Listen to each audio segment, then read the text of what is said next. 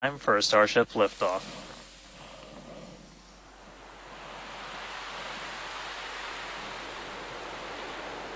T-minus 15. 10,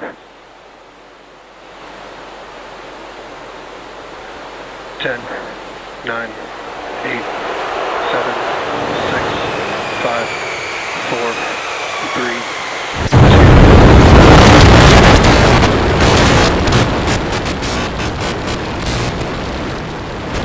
we have liftoff.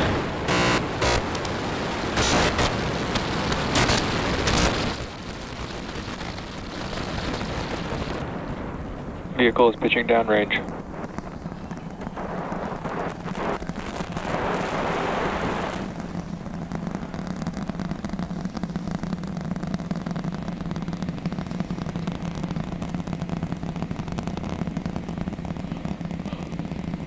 All right, 30 seconds into flight. The rumbles are still building here in the Raptor's nest. We're seeing 32 out of 33 engines lit on the Super Heavy right now. Coming up shortly is going to be max Q, that maximum aerodynamic pressure as we go uphill on the vehicle.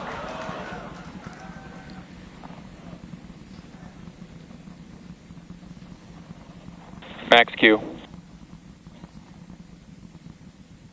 All right, we just passed through max Q, so we're going to continue on up. We still have about a minute and 30 seconds until we get to stage separation. Starship now flying faster than the speed of sound.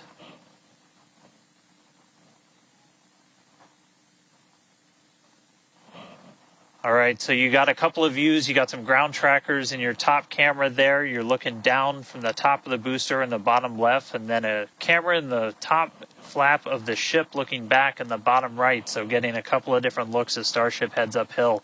Once we get the hot staging, a lot of things happen all at once simultaneously. We're going to light the engines on the ship, starting with the RVACs first, and then the 3 center sea level engines before we're separated. All of that exhaust gets plumed out the side of the hot stage, and then the ship will separate itself. All but the 3 center engines on the booster are going to shut down, so the booster never stops its thrust while we go through this hot stage maneuver. After that, the booster is going to do its flip, start heading back, and then the ship will be on its own power on its way to space. So that should be coming up in just about 30 seconds from now. As of right now, still looking in like 32 out of 33 Raptors lit on the booster. And we'll start to see those stagger down. They're going to turn off in banks, so you'll see the lights on the bottom left screen of the engines that are active start to turn off in different groups, and you'll see those 3 center ones lit. Booster engine cut off. Ship ignition. Stage separation confirmed. Boost back burn, start up. Acquisition signal, Houston.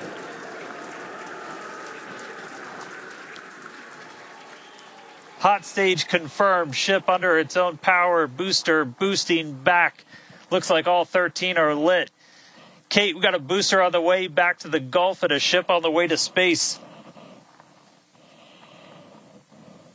Acquisition signal, Stennis.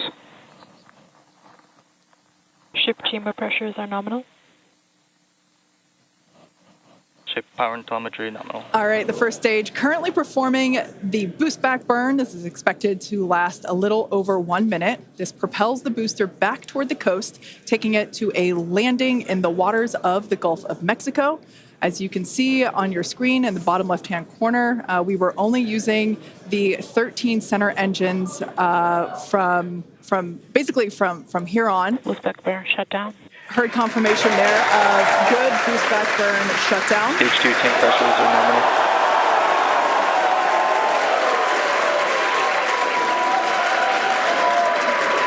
Lots of excitement. So right here,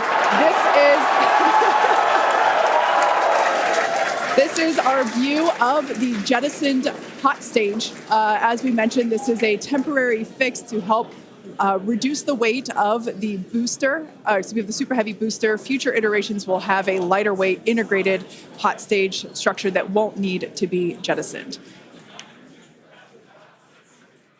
Now, after we jettison that hot stage, the booster will begin to attempt its water landing in the Gulf. In the meantime, the ship will coast for about 40 minutes or so up to an altitude of 214 kilometers.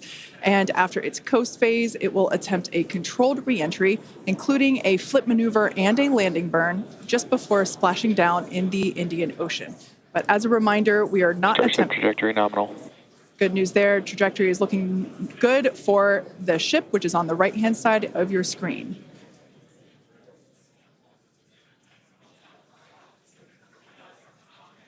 At this point in time, as you can see, we have no engines lit on the booster. It is coasting back toward the Gulf of Mexico for a water landing and ship under power of all 6 Raptor engines. There's 3 sea level and 3 vacuum Raptor engines that are lit, as we can see on your screen.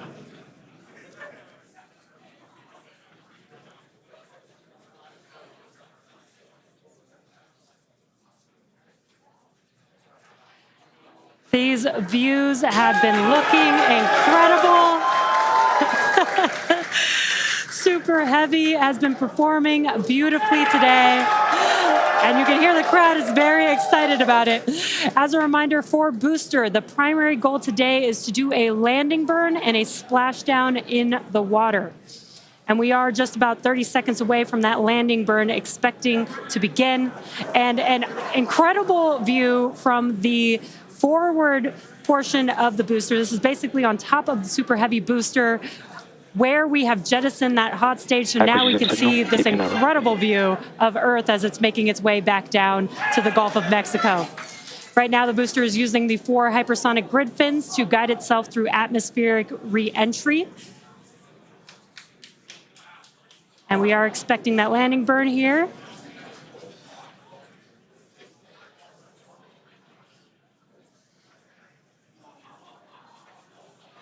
And we will be igniting 13 engines, and this is a great view. On your left-hand side is 3 views from the booster, and your right-hand side a view from the ship. And you can see those grid fins on your left-hand screen rotating and turning to guide the booster, and there's that landing burn.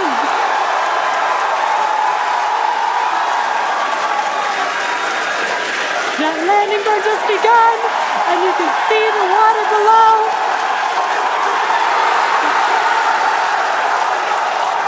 And we have Splashdown.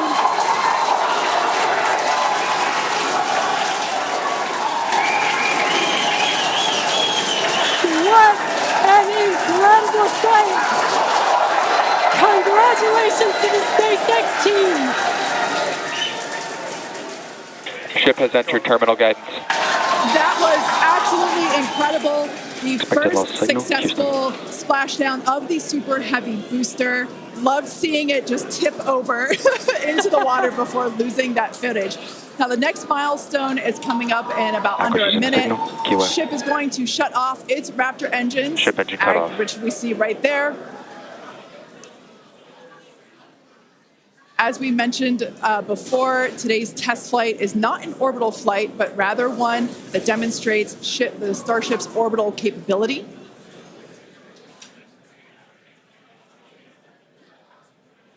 So right now, we are under power with just the 3 center Raptor engines. Expecting those, and just there we could see that those have also successfully cut off.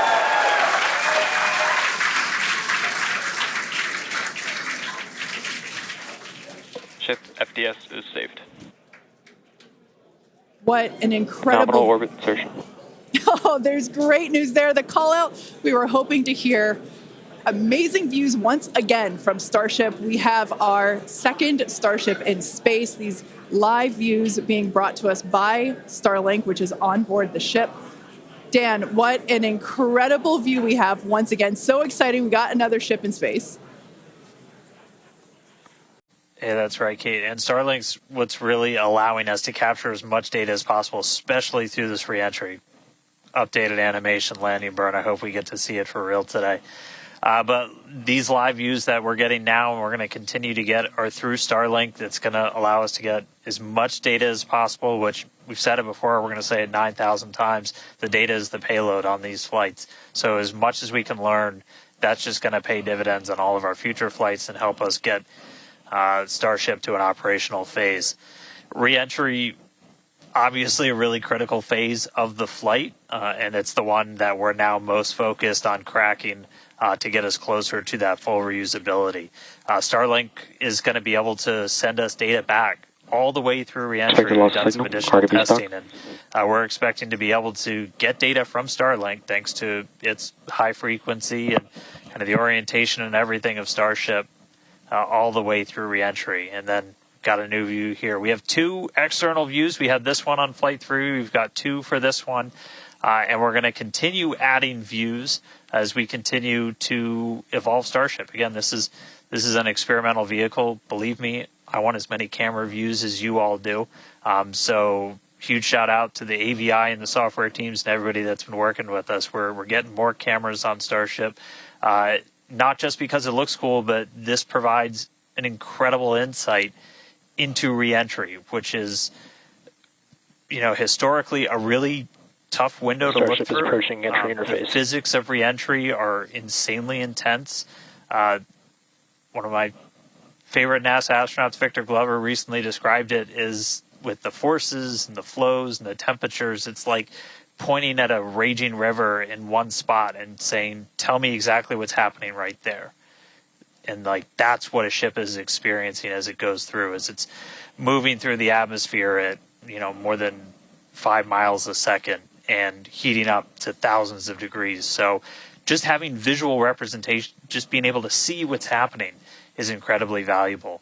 So these views are going to be through Starlink. We've got this one. This is in one of the forward flaps looking back. So if you see it rotating around, that's because, again, it's embedded in one of those forward flaps.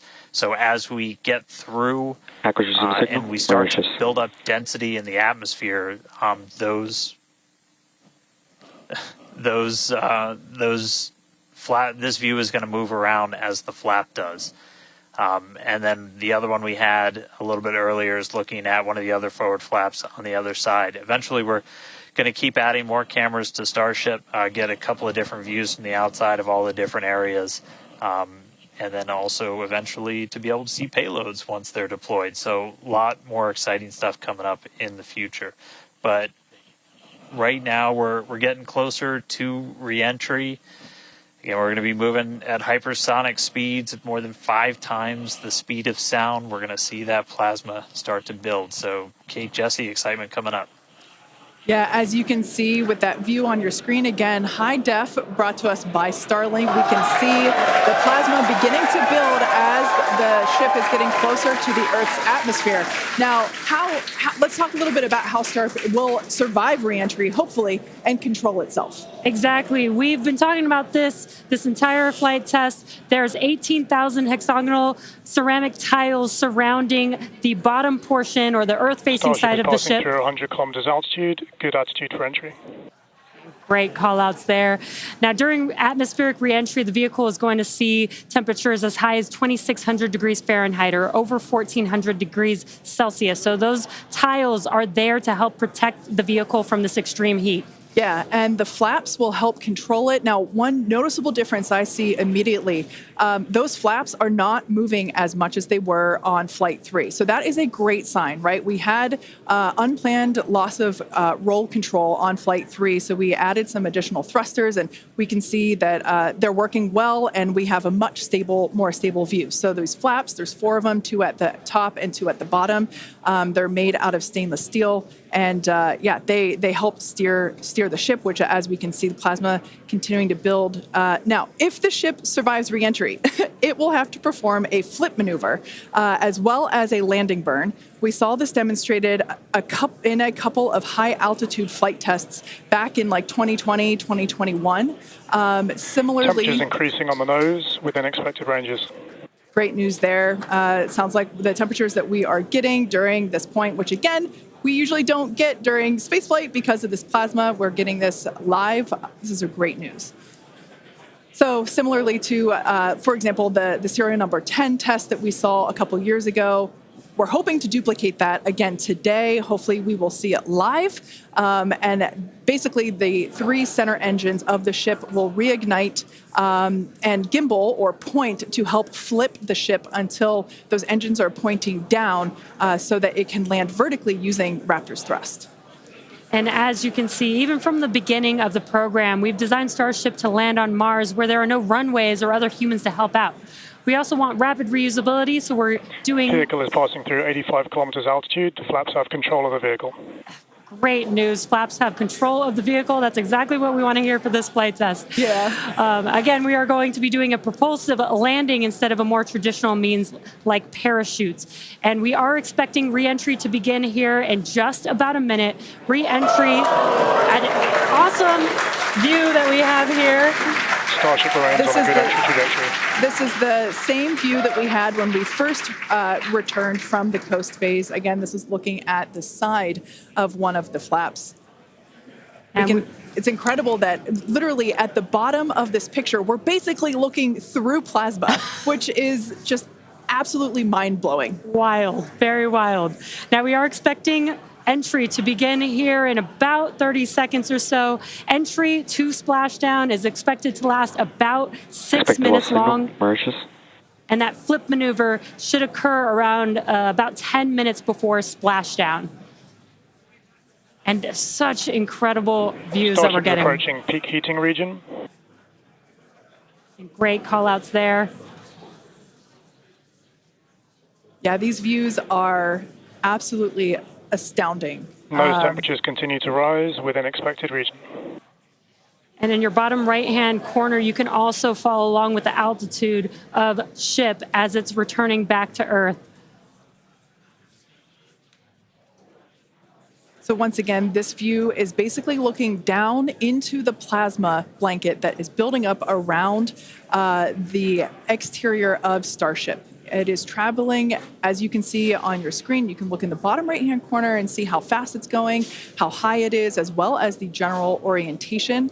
Again, we're seeing a lot more stability, a lot more control here on this flight, which is great. It shows that the iterations, the learning... Starship is now in expected peak heating region.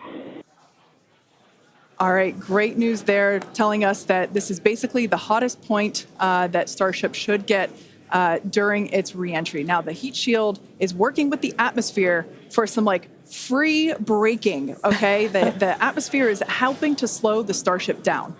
Yeah, exactly. We're not using any engines or thrust to slow the vehicle down. Exactly what Kate mentioned. We're just using the atmosphere and those heat shield tiles protecting the vehicle as it's coming through that high heat temperature. Yeah. Now, this is another one of those moments that we have been waiting for. Right now, the ship is currently re-entering the Earth's atmosphere, and by all looks and all call-outs that we're hearing on the net, it is doing pretty well. Now, we do not plan to recover the spacecraft today, but rapid and reliable reusability is the ultimate goal.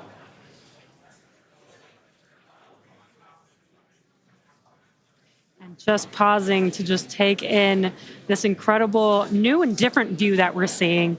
We did get a similar view in Flight 3, but again, the vehicle did lose a little bit of its control, attitude control, and this is a very stable view. This is great. This is exactly what we want, and we are hearing that we're getting expected call-outs. Mm-hmm. Absolutely. Starship is seeing half a G of acceleration, remains on a good entry trajectory. You know, it's incredible to look at this photo and wonder, wait, is it real? Is it frozen? We can see so I was just going to say Those temperatures have stopped increasing. Oh, that is great news. The temperature is no longer building. But I was saying, we have a little bit of indication there. We can see that streaking that occurs and tells us that this is indeed a true view. So once again, we are looking basically through the plasma that is building up around the exterior of the ship. And I still cannot get over that we are getting a live view of re-entry right now, live on your screen. Again, we've said this over and over, but all thanks to Starlink. We are able to use Starlink in space, which we're getting this incredible data. And not only just the data from the sensors, but getting live imagery of what is actually happening, which is great, which we've never been able to do live before. Right. Now, just a quick future outlook here. So in about, let's see, at T plus about 1 hour and 2 minutes, we should hear a call out for entry transonic. That means that the ship is going near the speed of sound. And then about a minute after that, we'll hear another call out saying entry subsonic, meaning that the ship is going below the speed of sound. So these are all continued indications that the atmosphere, right, as the ship comes back down, it is getting through the more dense part of the atmosphere, and that atmosphere is helping to push against the vehicle, and those heat shields are protecting the vehicle during this high heat period.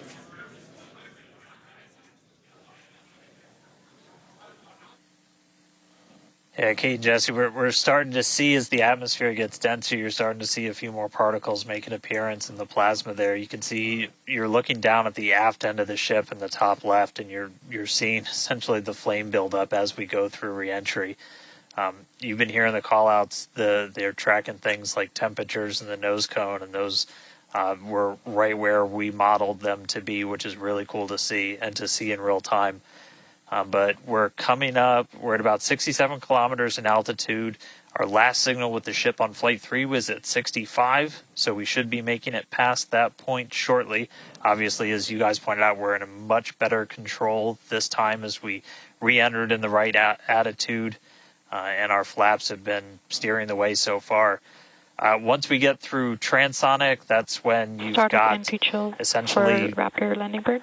Different areas around the vehicle where the air is either moving faster or slower than the speed of sound. We'll eventually get to subsonic, which we have some experience with. We did in our suborbital campaign. Start of Raptor chill. And Starship will eventually get down to its terminal velocity as it's floating down to the water. That's just about 200 miles an hour or so. We are hearing that we're starting to chill some of the engines as we are, if we make it all the way down to the water, still going to attempt a landing burn, but still a ways to go. We're at about 64 kilometers in altitude right now. We made it through what's expected to be the peak heating, but now we're going to start encountering increased pressures as the atmosphere gets thicker and thicker. So we're at 63 kilometers, so we've already made it farther than we did on our last flight when that last signal was coming at 65 kilometers. So again, what we're really looking at here is the performance of the heat shield, of the flaps, of the seals in the flaps. There's just a whole bunch of different areas that we're keeping a really close eye on as we re-enter.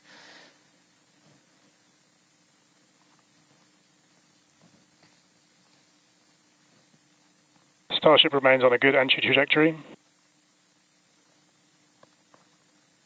And looking like we're still on a good trajectory. If you're seeing little camera moves, that's the flap moving as it continues to maintain the attitude of the vehicle as it re-enters. And I mean, not just camera views, but we've got sensors inside the ship. We've got those sensors down at the very aft end of the vehicle where we pointed out we had some intentionally missing tiles, where we've got some sensors looking at just how hot it's getting around there. We intentionally put those in essentially the least critical part of the heat shield, where if you had any kind of a breach, it wouldn't be great for reusability, but wouldn't be critical for actual making it through the reentry into the landing.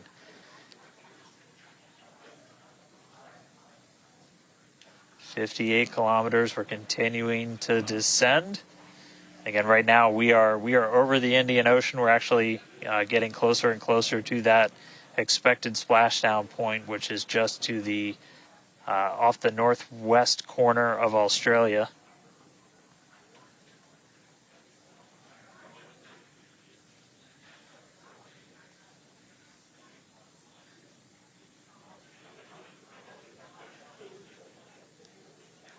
And if you keep an eye on our speed, the speed is dropping. We're hitting the thicker part of the atmosphere now. The speed's going to start dropping precipitously.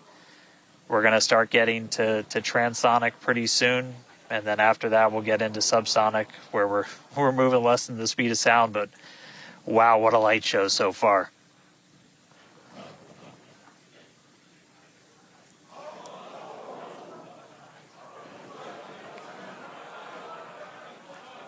External temperatures are starting to come down. Again, this camera view is looking right at one of the forward flaps. And we're strategically putting some cameras around the vehicle to just look at the different areas that looks like we got the flap starting to come apart a little. Yeah, it does appear that we have a little bit of burn through there. We can see pieces of the vehicle flying off. What a show it has been. It's been like watching Interstellar or something. This is wild to see this, but the ship is still coming down, which is incredible to see. How far can it go? That is the question. Keep your eye on the altitude in the bottom right-hand corner. We're at 54 kilometers right now. Now, ultimately, the data is the payload today. We've been saying it multiple times. Our teams are sitting, reviewing this data live, learning where the hot spots are. As you can see, there's an obvious hot spot there with the flap, and learning how we can improve this design. The goal was to get as far through this high heat re-entry as possible. Ideally, we'd love to make it all the way down and perform that landing burn and flip maneuver, but we may not get that far today. We will see. Again, this is a test, and we are gathering as much data as possible, visual data as well, which we can see here. We are getting a lot of debris covering the camera on your screen, but we can still see some of those sparks and flames from that high heat as ship is making its way back down to Earth. Ship now at 50 kilometers and closing. The good news is we still got, looks like that camera lens just cracked. It's safe to say ship's getting a little beat up, but that's to be expected on a test flight. We are still learning how to improve the ship for total survival and recovery of the high heat reentry. I'm honestly impressed that we're still getting this live view despite how much debris is coming off of this flap right now. The fact that we've got it is good news. And I may have jinxed it. I apologize. Look at that. It's back. We are still going. And the teams here at SpaceX are excited, as you can tell by the cheering behind us. There's still a sizable crowd here at Mission Control Center, Hawthorne. A splashdown is expected in just about 4 minutes from now. And we're still moving. We still have live views. Starlink is doing an incredible job. Maximum entry dynamic pressure. External temperatures are dropping. Okay, good news. Those external pressures are dropping. The question is, how much of the ship is left? We can't really tell. We can still see some of that particulate coming off. And unfortunately, we do have a cracked camera lens. But for any photographers out there and videographers, we know that's part of the gig sometimes. Yeah, and you can see that the speed is rapidly slowing down. That's actually really great news for us. We want the vehicle to be slowing down before it splashes down into the ocean. That'll help set us up for that flip maneuver, engines first down into the water. Exactly. So we have seen this flip maneuver demonstrated on previous high altitude flight tests like serial number 8. Oh, more views. Or excuse, I should say more light coming through the view that we have through that cracked and dirtied lens there. But yeah, so we're hoping that this flip maneuver, that we can pull it off as soon as we get those views back. If we can get them, if the ship is still around, we will bring it back to you. Vehicle has passed maximum dynamic pressure. That is great news. Maximum dynamic pressure being the moment in which the vehicle experiences the greatest amount of aerodynamic pressure. Speed still dropping. We're now at 37 kilometers above the ocean. Just like Flight 3, we are targeting a splashdown in the water in the Indian Ocean. And we don't have a live view right now, but because we're still getting data and telemetry, that does tell us that ship is still doing okay, at least. And there we got that live view back. The crowd very excited to see that view, despite not being able to see very much. The fact that it's there tells us the ship is still alive. Yes, and collecting data, continuing to collect data as we get closer and closer to Earth. Yes, now 30 kilometers, now 29 above the Indian Starship is Ocean. at 30 kilometers altitude, Mach 2.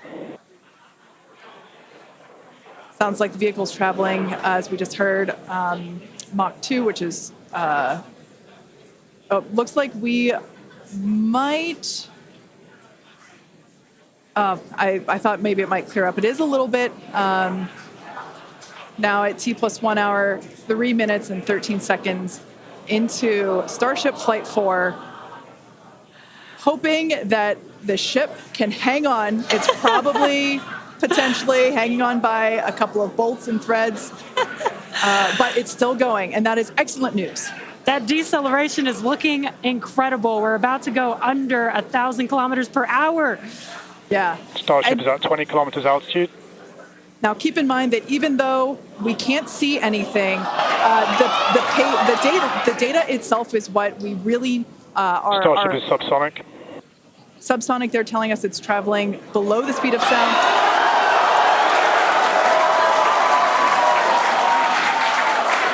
That movement means the flaps are actuating. I think we can see something.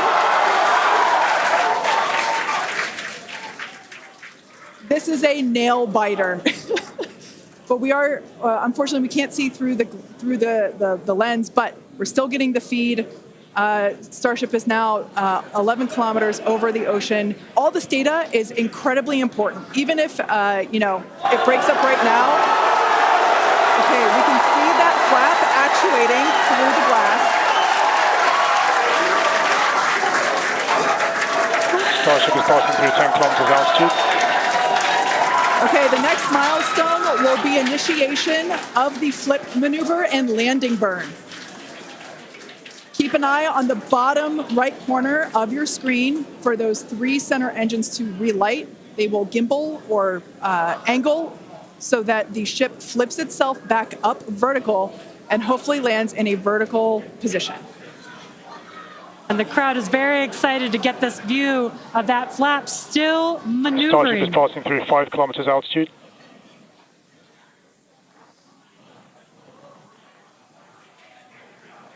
This is incredible. We're getting very close to splashdown. These fireflies are such a good sign of life right now. We wish we could see more, but we'll take it. Starship is at 2 kilometers altitude, terminal velocity.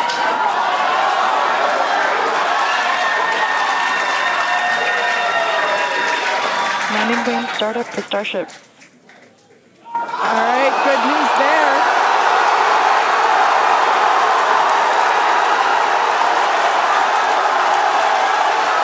Nominal chamber pressure. Landing board startup.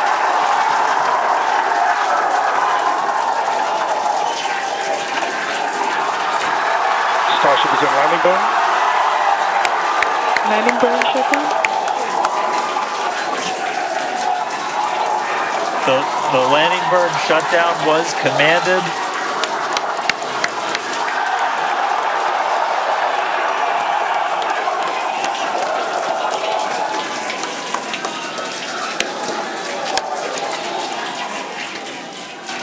Wow. I mean, it was a little bit of use your imagination as you were going down with what we could actually see, but we were able to hear the ship did its landing burn. It sounded Starship like we might have got shutdown. 2 engines.